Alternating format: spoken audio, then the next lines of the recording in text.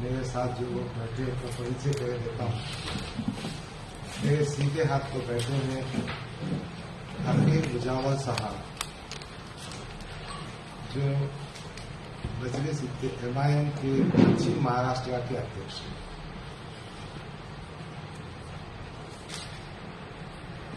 उनके बाजू जो बैठे हैं वो है फयाज शेख। वो बारामती से आते हैं और पूना डिस्ट्रिक्ट के अध्यक्ष हैं। बागमारे साहब हैं हमारे, और बंसोरे साहब। ये दोनों हजरात पश्चिम महाराष्ट्र से आते हैं। ये जो लेफ्ट हैंड पे बैठे हैं ये है याखत उस्मान शिकरकरी। इनके बेटे को ही शहीद किया गया, जान से मारा गया। उनके बाजू जो बैठे हैं ये उस इंसिडेंट में जख्मी हुए थे गंभीर रूप से, और ये इलाज के बाद भी यहाँ आए हमारे प्रेस कॉन्फ्रेंस के लिए। आपका नाम अब्दुल खादर। फिर हमारे मुजीब भाई माजी कॉर्पोरेटर है, सोहेल भाई है, जोरा आपा है, अमजद चाचू है, विकास लिखते हैं, मुखामी हो।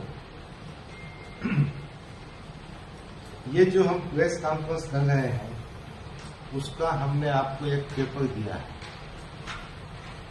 वो पेपर में जो बातें हमने नोट करके दी है, मुझे आप थोड़ा सा अनुमति दे तो मैं उसको दोहरा देता हूँ, बता देता हूँ। यहाँ पर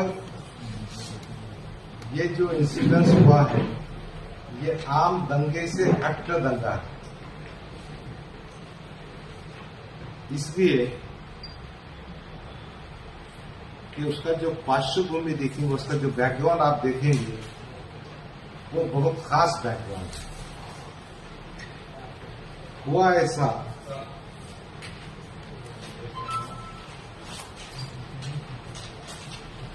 आप पेज नंबर 2 पे जाइए, पैराग्राफ नंबर 1 देखिए। उसमें हमने नोट किया है कि दिनांक 18/8/2023 रोजी इंस्टाग्राम वर एक आक्षेप आलेख हिंदू समाजाच्या विरोधात पोस्टिंग करण्यात आली आणि त्याला कारण धरून हे सर्व घटना घडलेली आहे। ज्याच्या इंस्टाग्रामच्या फोनवर आला होता त्या माणसाला अरेस्ट करण्यात आला, त्याच्यावर गुन्हा नोंदविण्यात आला। नंतरची माहिती अशी आहे की तो फोन हॅक करून कुणीतरी दुसऱ्या माणसांनी तो इंस्टाग्रामवर टाकला होता आणि त्याच्या कारण हे दंगे घडून आल्याच्या। आता कोणाचा फोन हॅक झाला आणि कुणी त्याला हॅक केलं हे माहिती मिळवण्यासाठी मला असं वाटतं हा दिवस लागत नाही। आपल्याकडे पोलीस यंत्रणामध्ये सायबर डिपार्टमेंट असतं आणि ताबडतोब ते लक्षात येते। ज्या दिवशी हे दंग घेऊन आणलेले होते त्या दिवशी संध्याकाळी 6 वाजता मी स्वतःहून सातारा डिस्ट्रिक्टचे SP यांना बोललो, त्यांनी सांगितले आम्ही त्याची चौकशी करत। आम्ही 17 तारखेला पुन्हा सातारामध्ये गेलो होते शिष्टमंडळासोबत। त्यावेळी मी त्यांना विचारलं, त्यांनी सांगितलं चौकशी चालू आहे। आम्ही नंतर परत आलो, त्यांचा फोन आला, साहब क्या बात है? तो आज तक भी पुलिस ने इस बात की कोई कोशिश नहीं की कि वो फोन हैक किया हुआ था या किसका था। फोन खवलता है, फोन लौटता है, झक मारने का काम करे क्या? मैं बिल्कुल साफ साफ कहना चाहता हूं, बेवकूफ बनाने का काम कर रहे। तो पहली बात ये होगी, ये जो इंस्टाग्राम पे जो चीज आई थी उसके दूसरे दिन विक्रम पावस्कर नाम का आदमी, जो भारतीय जनता पार्टी का स्टेट का वाइस प्रेसिडेंट है, वो 800 आदमियों का मोर्चा लेके पुलिस स्टेशन जाता है, निवेदन देता है। ठीक है, मोर्चा ले जाना, निवेदन देना कॉन्स्टिट्यूशन में, जमहूरियत में है, परमिशन के साथ में होना चाहिए। मैं नहीं जानता वो मोर्चे का परमिशन था कि नहीं था, मगर निवेदन देने के बाद मोर्चे के सामने जो उसने भाषण किया, वो भाषण यूट्यूब पे मौजूद है। विक्रम पावस्कर ने कहा, मुसलमानों के हाथ पांव तोड़ो, इनको सबक सिखाओ, इनको खलास करो। ये कब घटना हुई? 19 तारीख। ये हमने पैराग्राफ नंबर 2 में लिखा है कि विक्रम पावस्कर भारतीय जनता पार्टी का प्रदेश उपाध्यक्ष, जो महाराष्ट्र राज्य के गृह मंत्री देवेंद्र फडणवीस का निकटवर्ती है, उसने भाषण किया और निवेदन दिया। वो जो उससे साउरी गांव है, वहां मुसलमानों की संख्या बहुत कम है। वहां के मुसलमानों ने 2 दिन के बाद यानी 22 अगस्त को एक निवेदन दिया कि साहब, विक्रम पावस्कर ने ऐसा जमाव लाया था, ऐसा भाषण किया था, दंगा होने की इम्कान है। 10 तारीख के में से 1 घंटा पहले आप लीजिए। हाँ, वहाँ पर से हम लोग निकल गए थे और आधे रास्ते में जाने के बाद हमारे घर में से अहिल्या का फोन आया कि लड़का अभी तक घर नहीं आया। तो मैंने फोन लगाया 2-4 मरतबा, 10:26 हुए थे, मैंने फोन लगाया तो उधर से कोई रिप्लाई नहीं आया। तो मैंने घर में बोल दिया कि भाई इसका रिप्लाई नहीं आ रहा है, और मैं सीधे जाकर हम लोग 11 बजे मिरज में जाके आराम किए मेहमान के यहाँ। रात को 3 बजे के करीब फोन आया कि लड़के को ऐसा ऐसा दवाखाने को लेके गए हैं और कुछ नहीं हुआ है। पुलिस से मैंने बात किया था, क्योंकि एसपी मोरे उन्होंने मुझे फोन लगाया। मैंने ट्रू कॉलर से उनका नाम जो है सेव करके रखा। पहले तो 2-3 मरतबा मैंने नहीं उठाया, तो मैंने कहा रात में अपने पुलिस का क्या सवाल पैदा होता है। तो फिर दोबारा फोन आया, फिर मैंने उठाया, तो उन्होंने कहा कि किरकोळ झालेलं आहे, काही लागलेलं नाही, जरा मुक्का मार लागलेला आहे, त्याला दवाखान्यात नेलेलं आहे आणि तुम्ही लगेच या। तो फिर कम से कम 6-7 मरतबा उसी फोन से मुझे हमारे घर में से फोन आया कि जल्दी से आओ, हमको पुलिस स्टेशन पुलिस लेके जा रही है। हमारी बहू को और हमारी अहिया को दोनों को लेकर गए ये लोग। तो बाकायदा तौर पर उनको भी यही बताया गया कि कुछ नहीं हुआ है, तुम्हें काही घाबरायची आवश्यकता नहीं है, तुम्हें चला। उनको लेकर गए और डायरेक्ट सातारा सिविल में लेकर गए, जहां पर जो था डेथ हो गई थी। हम लोग 5:45 बजे वहां पर पहुंचे, 5:45 बजे, हाँ सुबह के 5:45 बजे। 5:45 बजे जाने के बाद उन्होंने कहा कि तुम्ही जाण्याची तयारी करा। मुलगा असं बाजूला घेऊन मला सांगितलं की असं झालेलं आहे आणि आम्ही पोलीस प्रोटेक्शन मध्ये तुम्हाला घरी पोहोचवतो, नंतर तुम्हाला घेऊन जाता येणार नाही, कर्फ्यू लागलेला आहे, लगेच आत्ता घेऊन चला। तर मी म्हणलं असं कसं, आमची लोक येऊ दे, लोक आल्यानंतर आम्ही पुढचा निर्णय घेऊ। मग त्या मुलाच्या मामाला म्हणजे आमच्या मेहुण्याला आम्ही बोलवलं आणि तिथून नंतर ते आल्यानंतर आम्ही विचार विनिमय केला। ते म्हणले की आता लगेच न्यायचं नाही, सगळी लोक येऊ दे, लोक आल्यानंतर आपण ब्रेक ताब्यात घेऊया।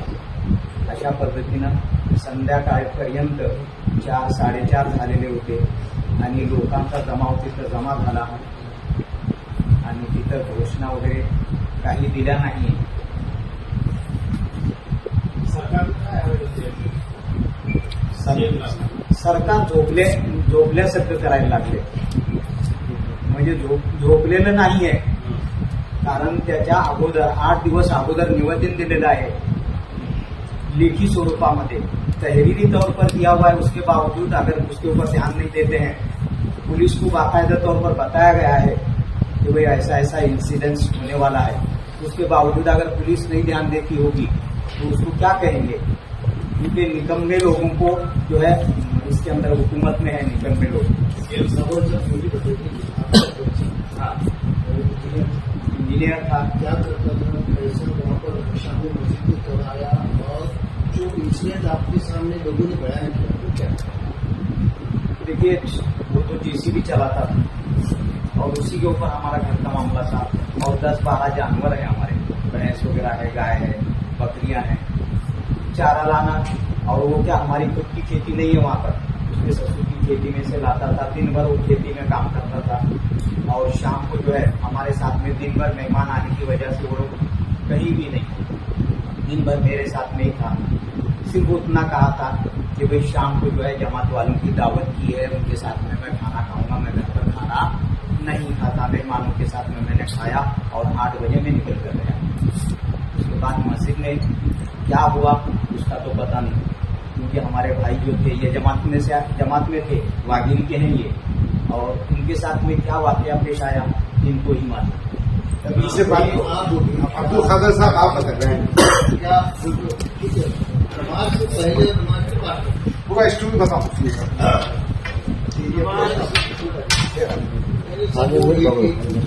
बेटे तुम खा रहे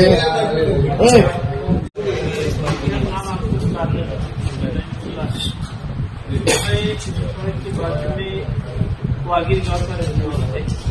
हमारी जमात पढ़ गई थी 2 दिन पहले जुम्मा, और हमारा खाना पीना हम करना दिया करते तो लड़का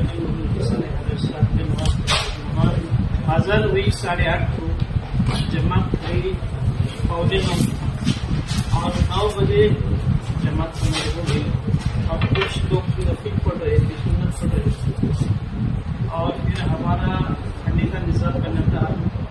लोग सब खाने की तैयारी में थे, हमारे कुछ लोग खाना निकालने की तैयारी में थे। इतने में आवाज आई, 9-9:15 बजे आवाज आई बाहर से। आवाज आने के बाद जाने सब लोग गए, और फिर हमें हमारा पता लगा कि ये लोग कुछ तो गड़बड़ गए। फिर हम रुक गए, रुकने के बाद में फिर मस्जिद तक 9:30 को पत्थर मारने शुरू, पत्थर मारते मारते फिर हमारे बाइक को सब जलाकर, और पहले ही लाइट बंद करी थी, हंगामा होने से पहले लाइट बंद करी थी। फिर पत्थर ज्यादा मारे और मस्जिद का काम शुरू था, इसलिए वहाँ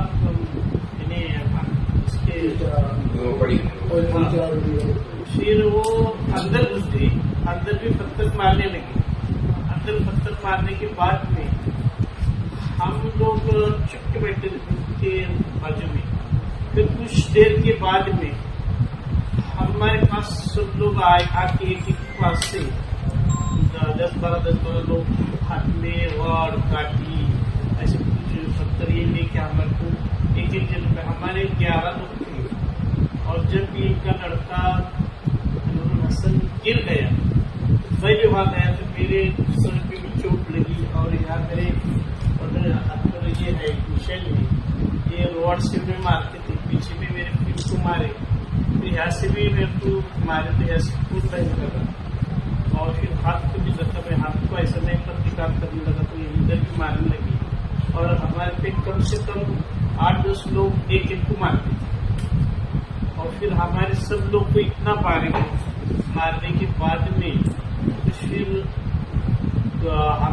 मैं तो बेहोश गिर गए, और फिर आगे का कुछ था इतना मेरे को। बात यह है कि यंत्रणा पूरी पावस्कर देवेंद्र फडणवीस के इशारे पे काम करेगी। अभी हम इस निष्कर्ष को पहुंचे हैं कि उन्होंने अखबार में बात भी आप चैनल देखे तो उसको क्या आता मालूम तुमको, 2 गटात गाडा, इसको चूंकि हमारे काम में बिली समझे क्या हमारे 2 गटात एका गटाने जमावाने जाऊन मुस्लिम समाजावर हल्ला केला, कुठे गाडा होतो? आणि जे व्हॉट्सअप इंस्टाग्राम आला होता, या मस्जिदीमध्ये माणसाचे काही संबंधित नाही होत. आणि पावसकर काही सांगू शकतो का? क्या मंत्री बीजेपी का है? क्या डीएसपी बीजेपी का है? और सेकुलर पार्टी के लीडर सो रहे हैं क्या?